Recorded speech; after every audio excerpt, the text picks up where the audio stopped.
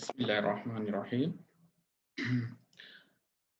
I am Dr. Shahid Shah from Department of Pharmacy Practice, Government College University, Faisalabad. First of all, I am thankful to the Applied Zoological Society of Pakistan and Quaid-e-Azam University, Islamabad, Pakistan, to give me an opportunity on his platform to present my work.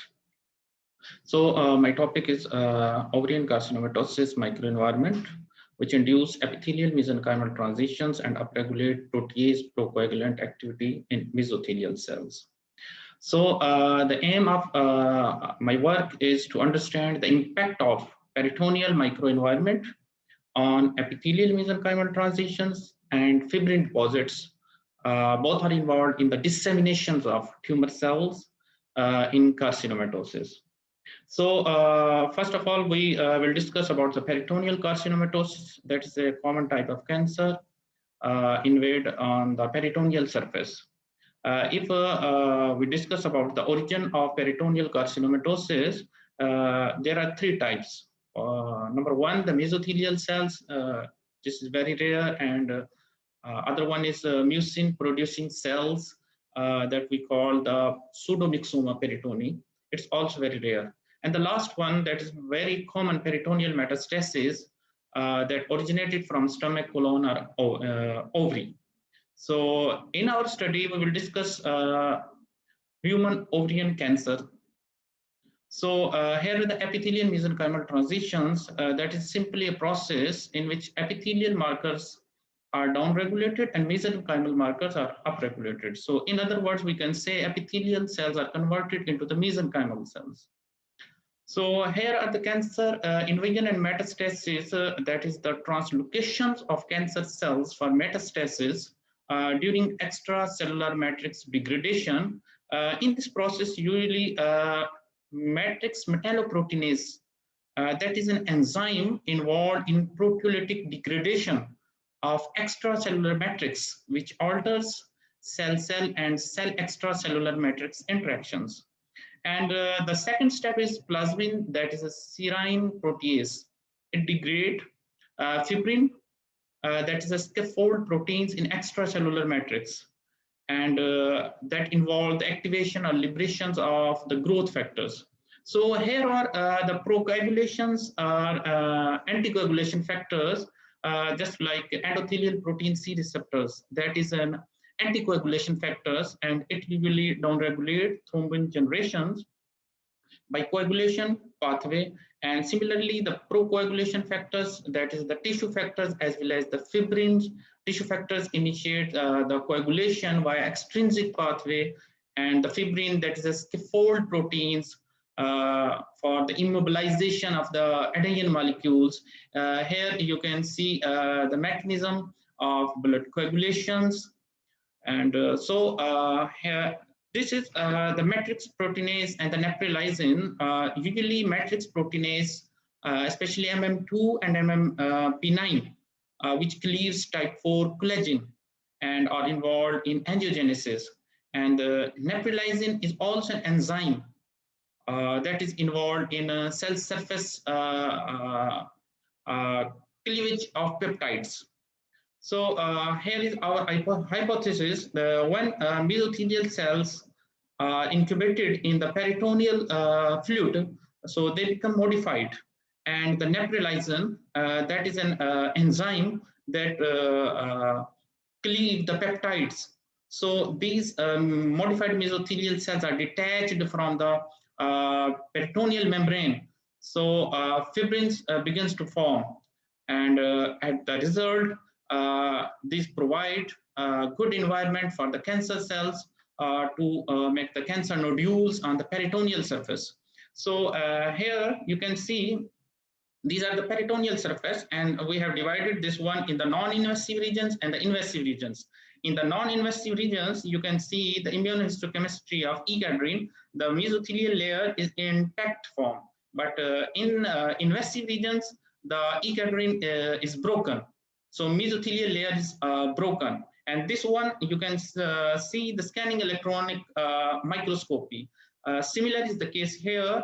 Here, the E-cadherin is in intact form, but the mesothelial layer in invasive regions, these are broken. So here is eosin hematoxylin immunohistochemistry. In the non-invasive regions, you can see the mesothelial cell layers is intact, but in the invasive regions, the fibrin deposits are formed. It's very clearly here. Due to these fibrin deposits, cancer nodules are formed. So we can conclude that fibrin deposits as well as the cancer nodules found only in the invasive part of the peritoneal surface. So here you can see the in situ scanning electron microscopy on the peritoneal wall. In the non-invasive regions, this surface is intact, but in the invasive regions, you can see the mesothelial cells have become deformed. So due to deformations, the fibrin begins to deposit on the surface of the peritoneal surface that become a favorable environment for the cancer cells to become attached. So our results elaborate the stages of cancer nodule formation on the peritoneal surface. Similarly, here you can see immunohistochemistry in two divided regions, non-invasive and invasive regions. So in the non-invasive regions, the cytokeratin, CD31, D240, and Ki67. You can see the expression is low as compared to the invasive regions. So number of blood cells, lymphatic vessels in the invasive regions with fibrin deposit was observed more than that of the non-invasive regions of the peritoneum. So here we incubate the mesothelial cells in the peritoneal, 25% peritoneal fluids with the medium. So we observe a change in phenotype. So mesothelial cells becomes fusiform. Here you can see the percentage of fusiform mesothelial cells. So we also observe increase in the modified cell proliferations as well as increase the migration. So overall results indicate that ascitic fluid can induce a change in phenotype and increase the mesothelial cell proliferations as well as migrations.